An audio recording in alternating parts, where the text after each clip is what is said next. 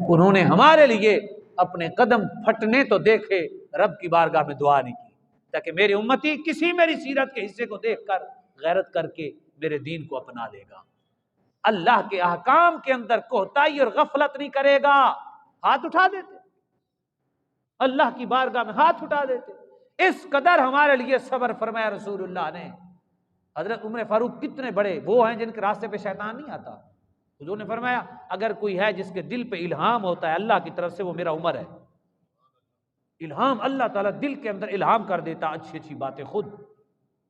وہ سیدنا فاروق اعظم رضی اللہ تعالیٰ، حضور چارپائی مبارک پر سوئے ہوئے تھے، آرام فرما رہے تھے، قمیص مبارک نہیں پہنی ہوئی تھی، نیچے چارپائی تھی، تو جسم مبارک نرم و نازک تھا، چارپائی کا جو بان ہوتا ہے اس کے نشانات پڑ گئے۔ سیدنا فاروق اعظم آئے، انہوں نے جب دیکھا تو بڑے بڑے نشان تھے، حضور اٹھ کے بیٹھے، ان سے رہا نہیں گیا، حضور سے محبت اتنا کرتے تھے۔ نے کہا یا رسول اللہ ہم سے نہیں برداشت ہوتا، آپ ایسے سوتے ہیں؟ کیسر و کسرا جو آپ کے پجاری ہیں، جو بت پرستش میں مبتلا ہیں، اور آپ محبوب خدا ہیں، آپ دعا کریں اللہ آپ کو بھی دے، ہم آنکھوں سے دیکھیں اپنے محبوب کو خوبصورت بستر پر سوئیں۔ فرمایا عمر مسافر جب کہیں سفر کرتا ہے، عمر بتاؤ تو کہیں جاتے ہوئے راستے میں کسی درخت کے نیچے بیٹھ جاتا ہے یا وہاں مکان بنانا شروع کر دیتا ہے؟ اس نے کہا حضور وہ تو جاتا ہے تو لمحات چند ہوتے ہیں، سانس ہی لینا ہوتا ہے، وہاں کیا بنانا ہے، وہ تو ویسے مٹی پہ بیٹھ سکتا ہے۔ فرمایا عمر میں مسافر ہوں، آیا تھا چلا جاؤں۔ یہ ہمارے آقا کی کس لیے یہ کام ہے؟ یہ ہماری تربیت کے لیے ہے، یہ ہمارے لیے سے کہ کوئی غریب یہ نہ کہہ سکے میں کیسے اس دین پہ عمل کروں، میں کیسے اپنے نبی کی سیرت کو اپناؤں۔ حیران یہ نہ کہ حضور کے پاس، حضور نے خود بخود اختیار فرمایا ہے کہ میرے اوپر سختیاں رہیں۔ خود سیدہ عائشہ صدیقہ یہی ماں جی جو حدیث روایت کر رہی ہیں نا، کہ کہا یا رسول اللہ ایسے نہیں کرتے آپ، مہربانی کریں، آپ اتنی رات جاگتے ہیں، اتنی سخت سردیاں ہوتی ہیں اور ٹھنڈے پانی کے ساتھ وضو کرتے ہیں۔ سبحان اللہ،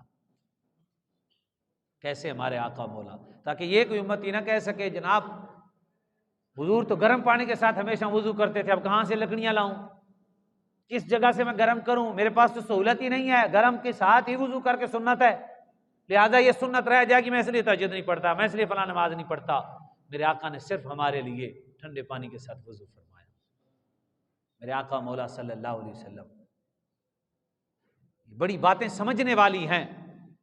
یہی ماں جی ہماری فرماتی ہیں، سیدہ عائشہ صدیقہ رضی اللہ تعالیٰ، آپ فرماتی ہیں کہ عورت آئی تو حضور کا بستر دیکھا نا، تو یہ ایک تو ہوتا ہے نا آج کل ہم چمڑا فیکٹری میں بنتا ہے پھر وہ اچھا نرم ہو جاتا ہے، فیکٹریوں میں کیمیکل لگا کے نرم بنا دیتے ہیں، یہ جو لیدر ہوتا ہے چمڑا، اس وقت ایسی ٹیکنالوجی تو تھی نہیں جدید، ویسے ہی عام لوگ نمک شمک لگا کے تھوڑا بہت دھوتے تھے تو سخت ہوتا تھا وہ چمڑا۔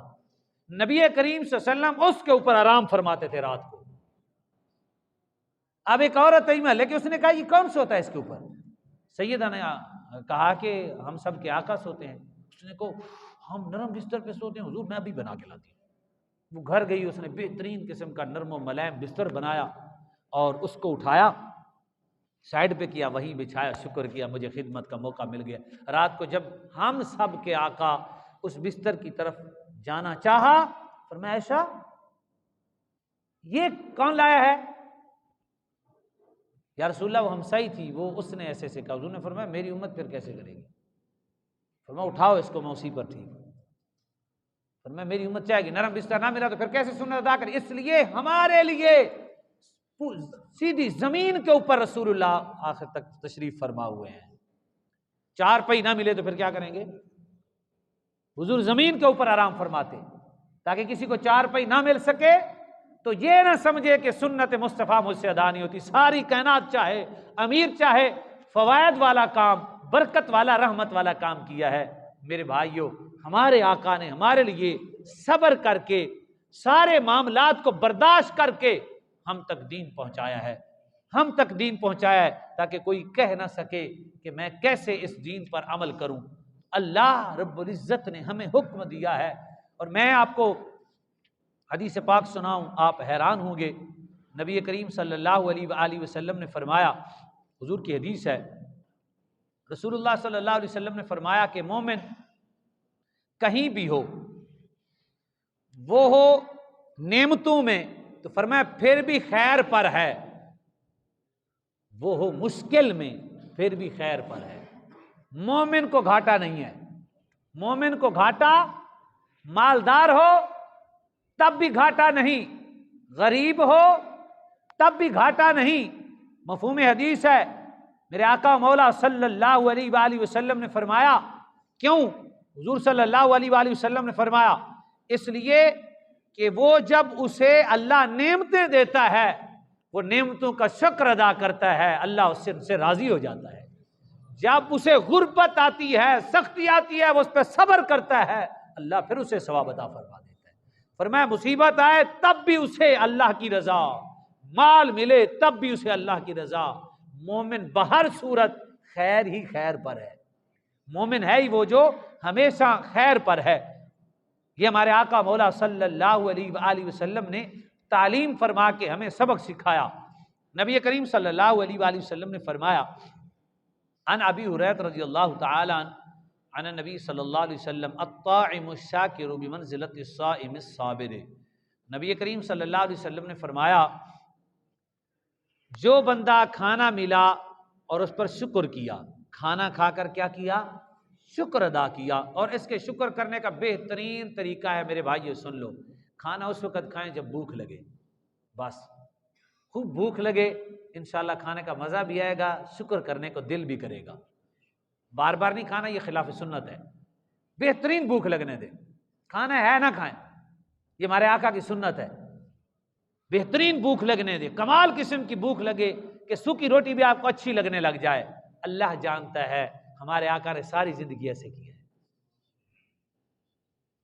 حضور صلی اللہ علیہ وآلہ وسلم ایسے نبی کریم صلی اللہ علیہ وسلم نے کیا ہے۔ اور بھوک لگ جائے، لاکھوں کچھ ہوتا رہے، نہ خودداری کو جانے دینا ہے، کہیں محفل ہے تو کھانے کے اندر نہیں گھس جانا، کسی جگہ پہ کوئی بانٹ رہا ہے تو لائن میں نہیں لگ جانا، وہ خودداری اپنی ختم نہیں کرنی، خودداری برقرار رکھنی ہے، بھوک کو بھی برداشت کرنا ہے، حرام حلال کا بھی خیال رکھنا ہے، پھر کھانا ہے۔ پھر جب حضور نے فرمایا جو کھانے والا، فرمایا شکر کرنے والا ہے، وہ ایسے ہے جیسے روزے دار اپنے روزے پہ صبر کرنے والا، اتنا اللہ اس کو ثواب دے دیتا ہے۔ جو کھانے پر شکر ادا کرتا ہے، دل سے شکر ادا کرتا ہے، اللہ کا شکر ادا کرتا ہے کہ مالک نے مجھے کھانا عطا فرما دیا۔ سیدنا ابو ہریرہ رضی اللہ تعالی فرماتے ہیں، میں بھوک کی وجہ سے نا گرا پڑا تھا، تو سیدنا صدیق اکبر رضی اللہ تعالی عنہ فرماتے ہیں کہ وہ گزرے تو ان سے میں نے پوچھا کہ اس کا معنی کیا ہے، الذین اطعمہم من جوع وآمنہم من خوف، اس کے بارے میں پوچھا۔ ولا یحض علی طعام المسکین، اس کا معنی کیا ہے؟ معنی یہ بنتا ہے کہ یعنی جو بخیل لوگ ہوتے ہیں وہ لوگوں کو کھانا خود بھی نہیں کھانا دیتے، لوگوں کو بھی روکتے ہیں۔ جو مستحق ہیں یہ یاد رکھیں، یہ یاد رکھ لیں۔ ہمارے جتنے بھی پاکستان میں سائل ہیں، مجھے تو ابھی تک نہیں ملا، کوشش کی ہے، ایک دو ملے ہیں، بعد میں پتہ چلا یہ بھی 2 نمبر ہے۔ یہ مانگنے والے جتنے بھی ہیں یہ کاروباری اور تاجر ہیں، اور میں یہ کہا کرتا ہوں ان جیسا بادشاہ نہیں ملنا آپ کو۔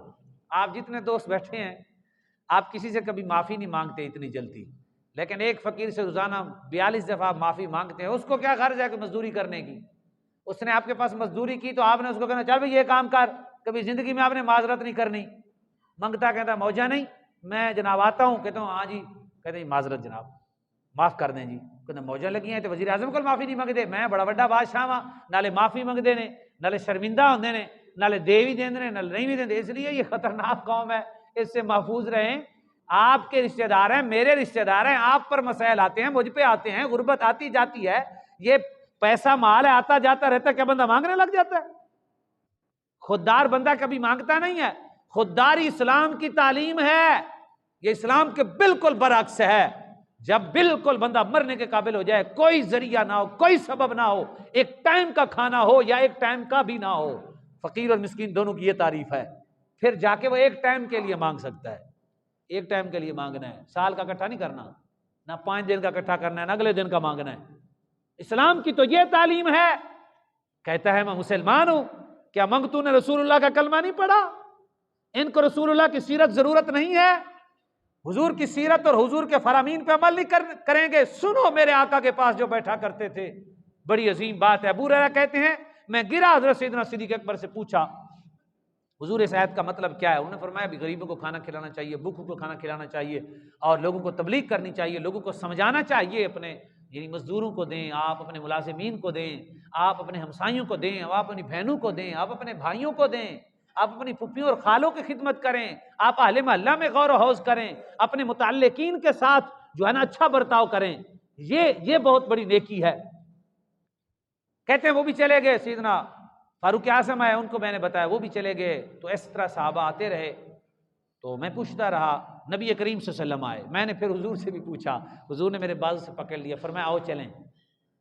حضور نے اس کا ترجمہ اور تشریح اور تفسیر فرمایا آؤ چلیں۔ کہتے ہیں میں بیٹھا، میں بھوک کی وجہ سے حالات میرے غیر تھی، تو فرماتے وہاں میں پہنچ گیا تو یہ حکایت انہوں نے تب سنائی، ایک دن ایسے رومال پکڑا ہوا تھا تو منہ کیسے صاف کیا، کرنے کے بعد رومال کو دیکھ کے تو بڑے مسکرائے، بڑے ہنسے، بڑے خوش ہوئے، ایک دفعہ تمتما گئے۔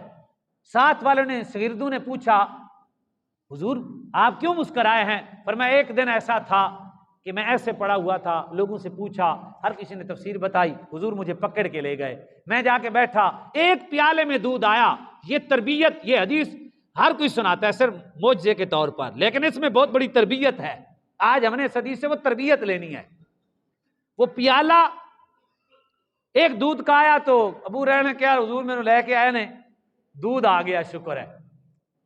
حضور نے مجھے ہی کہا کہ قم یا ابا ہریرہ، فرمایا ابو ہریرہ ذرا کھڑے ہو جاؤ، کھڑے ہوئے، فرمایا تعال، آؤ نا، آئے تو حضور نے دودھ پکڑایا۔ تو صحابی رسول تھے، میرے آقا نے خودداری کی تعلیم دی، بھوک بڑی سخت تھی، ایسے کھڑے ہیں، فرمایا نہ جاؤ نا، وہ جو اصحاب صفہ ہمارے مدرسے میں پڑھتے ہیں، صفہ چبوترے پر، وہ بھی یہ ان کے مونیٹر تھے، فرمایا جاؤ ان کو پلا کے آؤ۔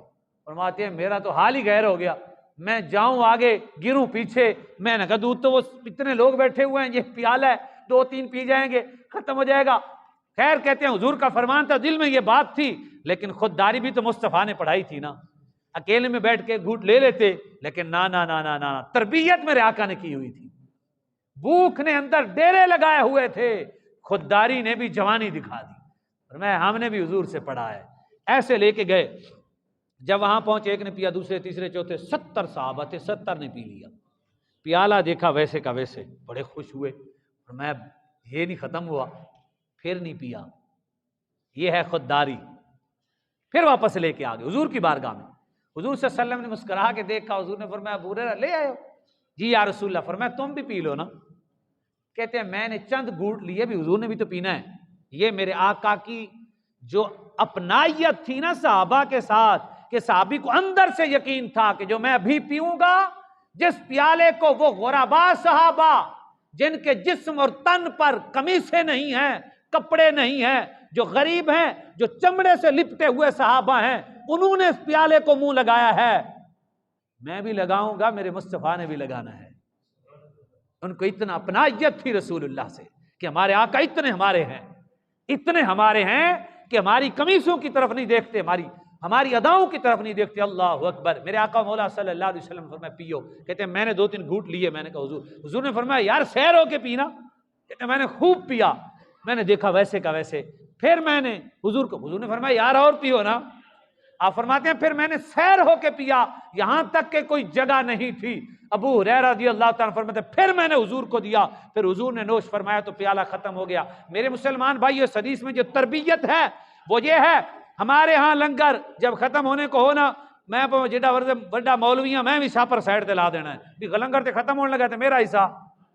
صحابی نے یہ تعلیم دی ہے کہ نانا ایسا نہیں کرنا، ایسے نہیں ہونے دینا، بلکہ کیا کرنا ہے کہ آپ نے جتنے بھی جس قدر بھی بھوکے ہیں، جس قدر پیاس میں ڈیرے لگائے ہوئے ہیں، آپ نے خودداری کو نہیں جانے دینا، بلکہ اپنی خودداری کو برقرار رکھنا ہے، اپنی بھوک کے مزے لینے ہیں۔ میرے بھائیوں، 2 سنتیں ہیں، ایک ہے پیٹ بھر کے کھانا، ایک ہے بھوکا رہنا۔ اپنے نبی کی سنت کو آج سن لیں، جس مرضی مولوی سے پوچھیں، بھوکا رہنا میرے نبی کی سنت ہے، پیٹ بھر کے کھانا خلاف سنت ہے، یہ میرے آقا کی سنت ہے۔ اس لیے